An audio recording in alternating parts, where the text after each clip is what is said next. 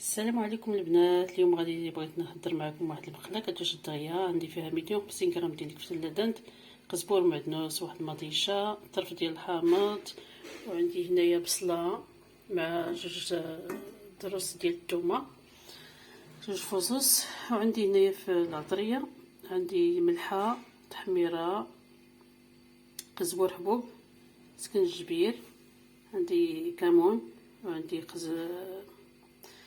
عندي حرقوم، وعندي بزار ملحه قلتها. غندير هاد الشيء كلشي يطيب ان شاء الله غير كتوجد المقله. وفي المقله درت شويه ديال الزيت العاديه وشويه ديال زيت الزيتون، نشعل ليها نخليها هادي تشحر شويه، البصله مع الثومه تشحروا شويه. ملي كتشحر ليا هاد البصله مع الثومه نحركهم مزيان بالشكل هذا. البصله الا تشحرت كتجي لذيذه. غادي نزيد عليها واحد مطيشه قطعتها على هذا الشكل حيت ليها الزريعه.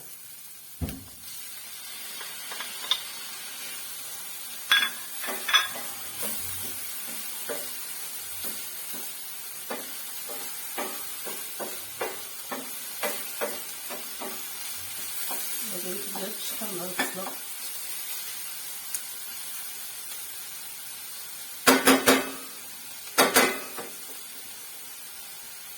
غادي نجيب الكفته ندير فيها نص ديال العطريه، نزيد نص مع البصله، شويه ديال البزار، ملحه، تحميره، قزبور حبوب، سكنجبير، كمون، الحرقوم، وهادو غادي نزيدهم هنا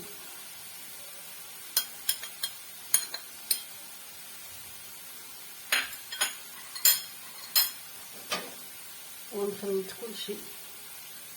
تخلط لينا مزيان، ندير فيها كويرات. اليوم غادي نديرها على شكل كويرات، نديرها طيب.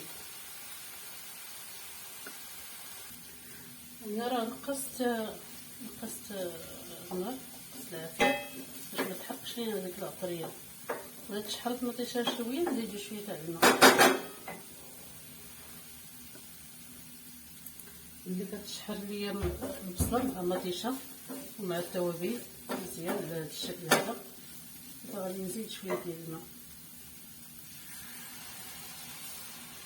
واحد الكاس هكا ديال الماء غادي طيب فيه حتى ديك الكفته والبصله.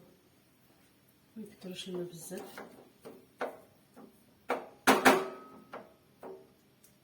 نخليوها تغلى وغادي نزيد فيها الكفته كندير فيها كويرات صغار.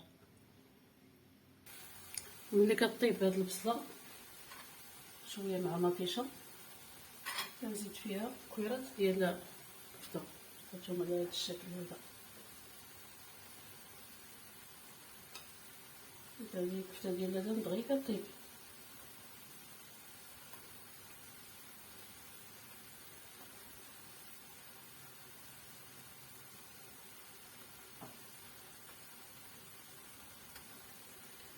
كنستفهم هكا كنرش عليهم شويه ديال القزبور معدنوس. هذه ديال المقله ديال خفان زربان. ملي مشى لشي بلاصه ودخل ولا ما بداش في الغدا بكري هاديرها دغيا كتوجد. نقدروا نرفقوها مع السلطه ولا مع لي باط.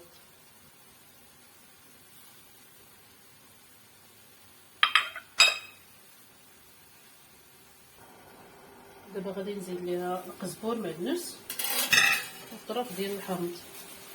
هنا عندي القزبور معدنوس في الكونجيلاتور، نزيدو من الفوق.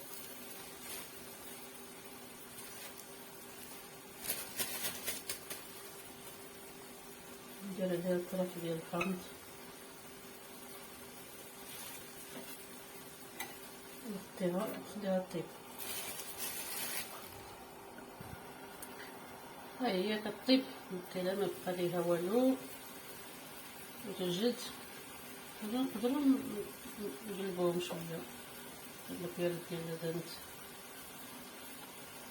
واللي بغا يزيد فيها بطيشه ديال الحك يطلقها بشويه ديال الماء ويزيدها. اليوم غادي نخليها هكا غير مطيشه طريه والبصله، باش نزيد فيها مطيشه ديال الحك، نقص فيها المريقه شويه ونطفي عليها. صافي البقيله وجدات، ها هي كتجي على هذا الشكل هذا.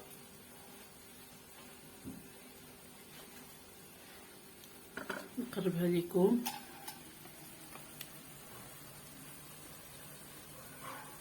ولا عجبتكم هذه الوصفه ديروا لي لايك وشاركوا معايا في القناه، وبسلام عليكم حتى الفيديو الجاي ان شاء الله.